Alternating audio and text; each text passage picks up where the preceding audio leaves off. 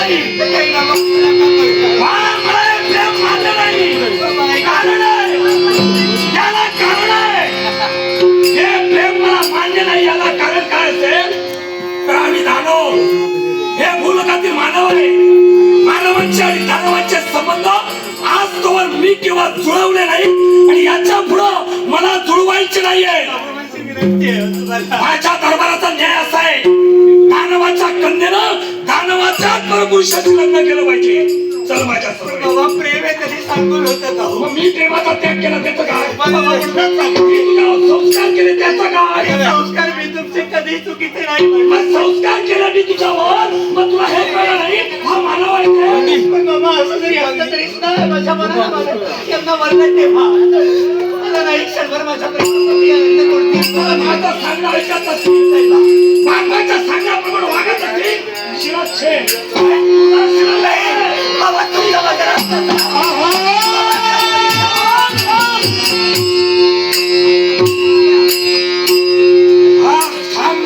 व्यक्ती भूलोकातील मानव, मानवानं एक दानव आपल्या कन्याचा शिरच्छेद करतोय, जी वाम मार्गाकडे गेली पावलं म्हणून. मग तू का थांबविलंस? एकाच गोष्ट काय अधिकार? आपण आपल्या कन्येचा संवाद आम्ही शांत चित्तानं ऐकून घेतला. बरं केला. पण ज्यावेळी का शेवट करणार एवढ्या युवराज चंद्रशेखर यांना आपलं शस्त्र आपल्या शस्त्राला म्हणूनच विचारलं काय शस्त्र घातला. मी आपल्याला नव्यानं काहीही सांगणार नाही. नाही काय खंडे का घातलात ते सांगा.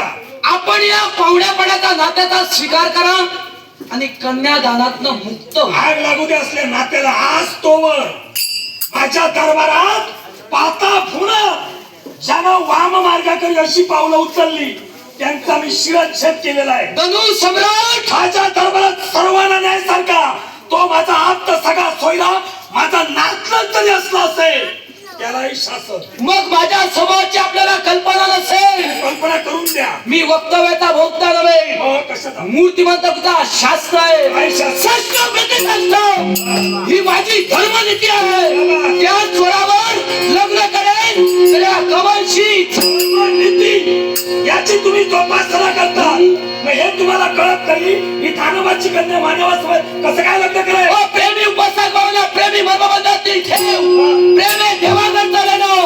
मग बोललेल्या शब्दाच्या दिलेल्या वचनासाठी अखेरच्या क्षणापर्यंत युवराज चंद्रशेखर कमलच्या पृष्ठभागी राहीलच. म्हणजे तुम्ही मानव पुन्हा समवेतही लग्न करणार. अरे मग या तुमच्या राज्यात 4 वर्णाची जनता राहते. वार सत्य. मग या वर्णात जर एका ब्राह्मणाच्या कन्येनं हीन कुलात आलेल्या परपुरुषाची लग्न केलं तुमच्या राजाला चालेल? धनु सम्राट आमचा शास्त्र आधार आमच्या देशाला समोर ठेवता. साहजिकच आहे. आपल्या संख्येचा निरसन केला नाही जातो. करा, मुळीच करा. मी प्रथम क्षत्रिय नव्हे वा. ज्यानं दुसऱ्या कुलात जन्माला आलेल्या कन्येशी लग्न करतोय. यापूर्वी एका ब्राह्मणानं पूर्वी समाजात जन्माला आलेल्या कन्येशी लग्न केलं. त्याच्या सुपुत्रानं जन्मकुलात जन्माला आलेल्या कन्येशी लग्न केलं. एका क्षत्रियानं विवर्गाने जन्माला आलेल्या कन्येशी लग्न केलं. आदर्शात पात्र ठरला. अजूनही चंद्र सूर्य असेपर्यंत त्याचं नाव आदर्शानं घेतलं जातं. सुवर्ण अक्षरानं रेखाटलंय. ते मान्य असे जनतेला मी जर पाताळ बोलाच्या सम्राटाच्या कन्येशी लग्न करतो माझं काय चुकलं? इथं चुकला. सांगा कोणत्या? आज कन्याला शिष्टाचार पाळवायचे असतात, ते पायरी तुडवायचे नसतात. मग मला सांगा. अरे एका ब्राह्मणानं दानवाच्या कन्येशी लग्न केलं, त्याचे विपरीत परिणाम लंकेपर्यंत झाले. हे ज्ञात आहे ना तुम्हाला? धनु सम्राट काय तुम्ही आता लंकेचा बोलला, तो विषय दूरचा राहू द्या. तुमच्या माहितीसाठी तुमच्या परिचयाचा आता तुमच्या आपुलकीचा तुमच्या पाताळ मोहनातला शाबास. कित्येक दानव आतापर्यंत सांप्रतच्या परिस्थितीत मरत भूमीवर येतात. कुठलीही स्त्री असो, 4 कुलातल्या कुठलीही स्त्री असू दे, त्या कुलाच्या स्त्रीजवळ प्रेमाची याचना करतात. मग ते दानव काय आपली अप्रभुत्व म्हणून येतात की काय? ही अप्रभुत्व तुमची आहे. कारण दानव लग्न करण्यासाठी येत नाही, फक्त भोग घेण्यासाठी येतात. मग तुम्ही काही खाल्लं तर औषध म्हणून, आणि आम्ही केलं तर भूक म्हणून. त्यांच्यात हिंमत आहे तेवढी, कारण ते हिमतीवर काही करू शकतात. पण आपल्या घराण्याची जी परंपरा आहे ती मी अद्याप किंवा पायदळी तुळू देणे.